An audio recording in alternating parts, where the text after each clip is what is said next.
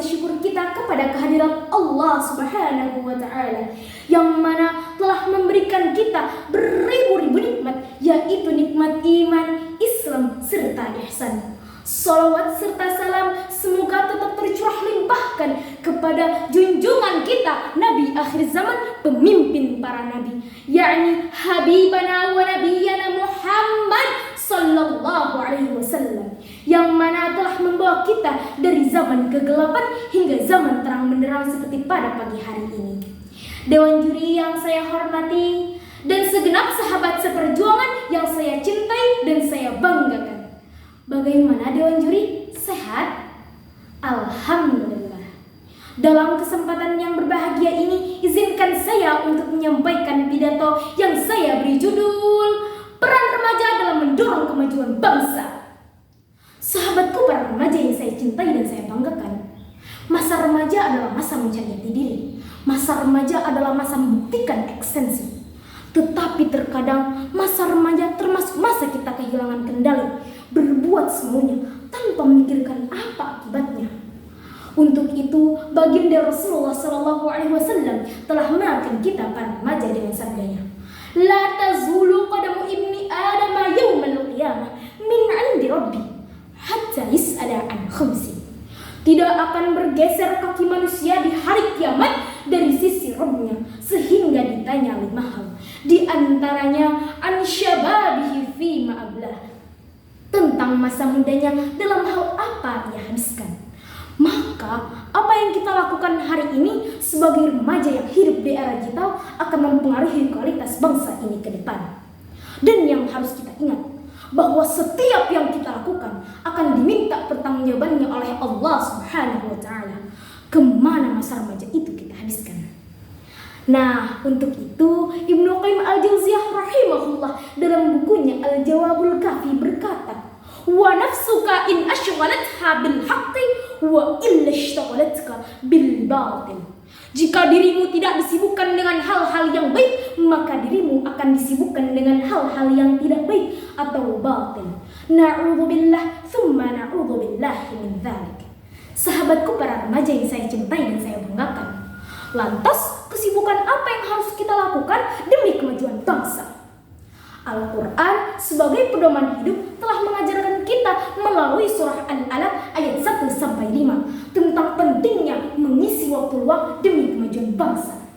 Menarik mengkaji mengapa wahyu pertama yang diterima oleh Rasulullah menekankan untuk membaca dan menulis, sebagaimana firman Allah Subhanahu wa Ta'ala, Iqra bismi rabbikal ladzi khalaq, khalaqal insana min 'alaq, Iqra wa rabbukal akram, alladzi 'allama bil qalam, 'allamal insana ma lam ya'lam.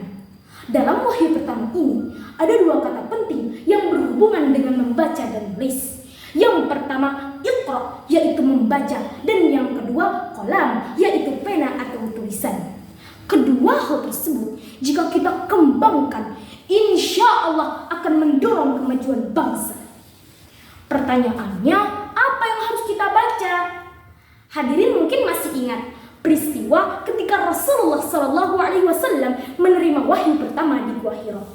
Ketika itu malaikat Jibril menyuruh Rasulullah untuk membaca dengan mengatakan, Iqra ya Muhammad, Iqra ya Muhammad, bacalah wahai Muhammad.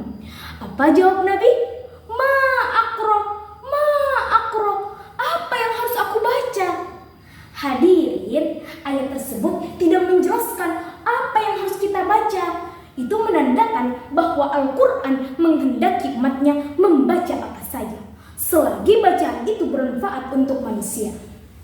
Sahabatku para remaja yang saya cintai dan saya banggakan, jika di ayat pertama ada perintah membaca, maka di ayat keempat ada perintah menulis, yaitu qalam yang artinya pena. Dengan pena itulah lahir tulisan, dan dengan tulisan sebuah bangsa dapat mentransfer ilmu pada bangsa berikutnya. Sebab tulisan dalam bentuk apapun, digital maupun non-digital, dapat mengabadikan ilmu hingga berabad-abad. Ingat bagaimana dahsyatnya baginda Rasulullah SAW gerakan melalui Iqra dan Qalam.